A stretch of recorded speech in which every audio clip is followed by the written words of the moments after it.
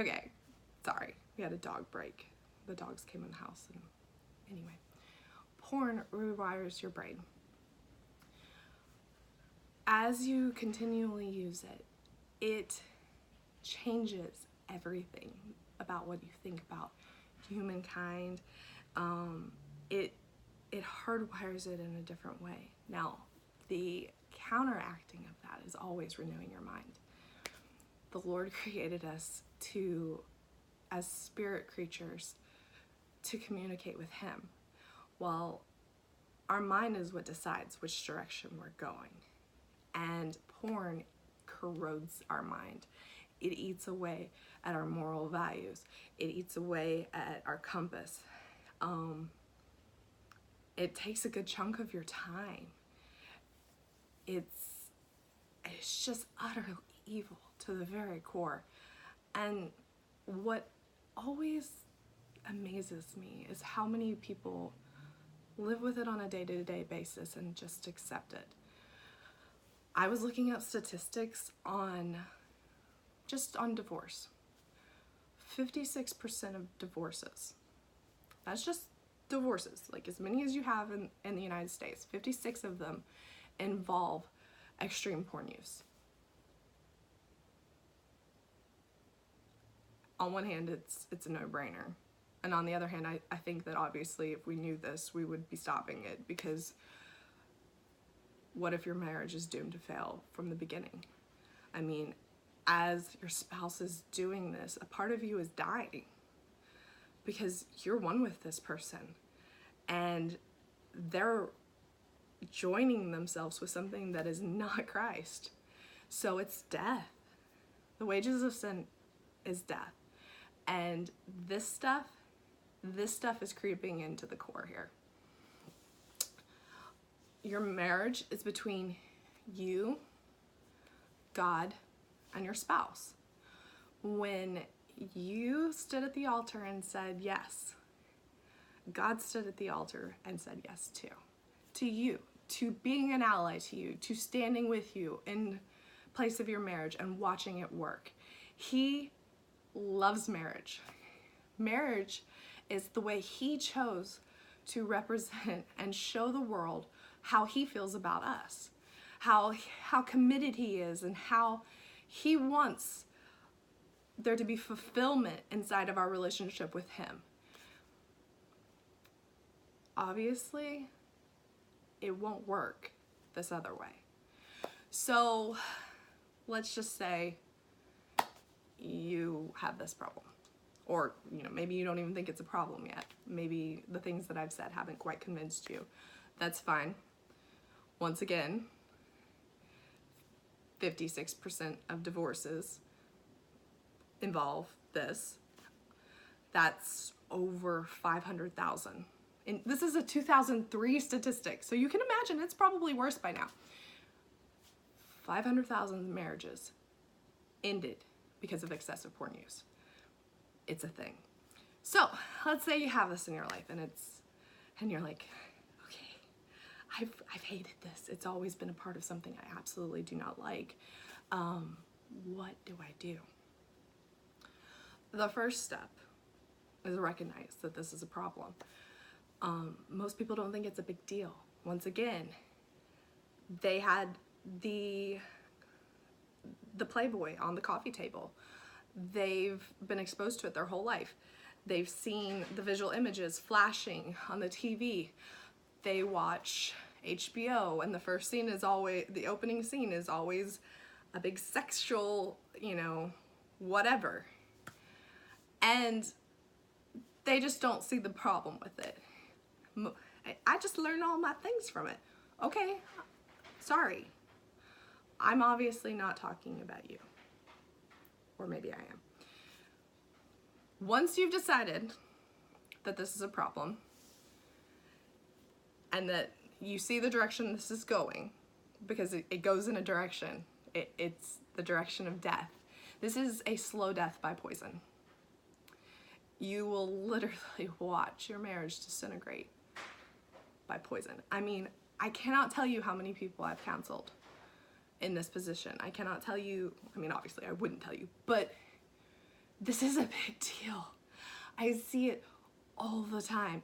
And it is absolutely, not only is it wreaking havoc with your emotional state, but your kids are getting it. That little hook of a spirit that comes with it, it's sinking its little teeth into them too. We're basically killing off the next generation's marriages just because we're allowing things in our house that are harmful. So, step 1, recognize. Step 2, refuse. This ends now. Whatever it takes, we're done. Device gets thrown out the window. Here's your flip phone. TV, not a big deal. Don't need it. Computer, guess you're gonna have to get safeguards. Somebody to hold you accountable. You cannot be trusted. This is the hard part because you are taking a stand for your marriage. And God will help you. Like I said, he stood at the altar with you and he said, oh, I love marriage. I'm so excited. Let's do this. I am your advocate. I want this to look like Ephesians 5. And anything less than that is not going to be pleasant for you. And it's not going to be pleasant for me. Let's do this. We can get there. So you refuse. And your spouse may or may not be on board with that refusal. And this is where the hard part comes in. Because your refusal has to remain your refusal. You're done. It's over. That was fun. Not really. Let's stop. We're done with this. And then it becomes, I'm not doing this anymore. Whatever it takes, I'm not doing this anymore. And you literally have to let the Lord fight for you on this. It is absolutely, it's a him deal. He loves it. He will. He's for you. He's for your marriage. He wants to see your spouse free. That's his heart. It's who he is. I mean, he created us for this image. He wants it restored in the correct manner. Okay, step 4. This one goes along with all of them. It's done at the same time. I often get people talking to me about their marriage and they're just like, what do I do? Why won't God just fix him? Okay, first off, that's not how this works. You're the only one that can change, and you're the one that has to. So you let God come into you. I don't care how innocent you are. I don't care what a charmed life you've lived. There's always room for more God. So you allow Christ to be formed in you. You allow him to transform your life. And brace yourself, because when you do that, you are pretty much gearing up for the biggest fight of your life, because your spouse is not going to be overly fond of it. The last thing that they want at this point, especially when they've been living this life, is more Jesus. It's gonna probably just self-implode.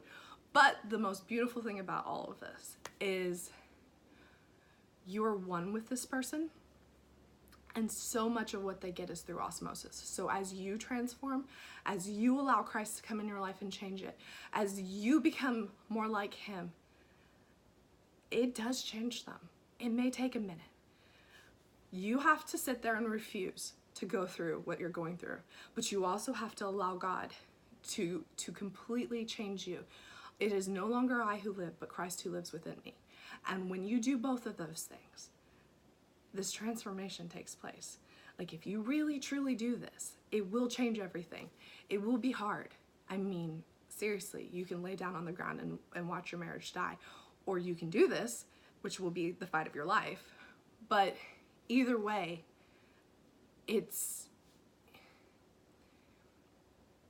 the choice to me is very easy, because this person is, I chose this person. God is willing to work with me with this person because this is the person I chose. He's not willing to, he might, I could try my hand at somebody else. I could try to find the one person on earth that's lived under a rock and probably hasn't experienced porn. I could try to find that person. But see, this is the one that I stood at an altar and God was standing there with me saying that he was there, he's gonna do this, he's gonna help. So that other person, there is no guarantees that they're any freer, that God's gonna help, but this one, he will. Now, if y'all know, my inbox is always open if you need prayer or encouragement or love or just anything. Whatever you need, I'm here for you. I know the heartbreaking side of this. And I very well may do a whole nother video and talk about my stint in porn and how I got free. But as of right now, this one's long enough. I love you guys. Talk to you later. Bye.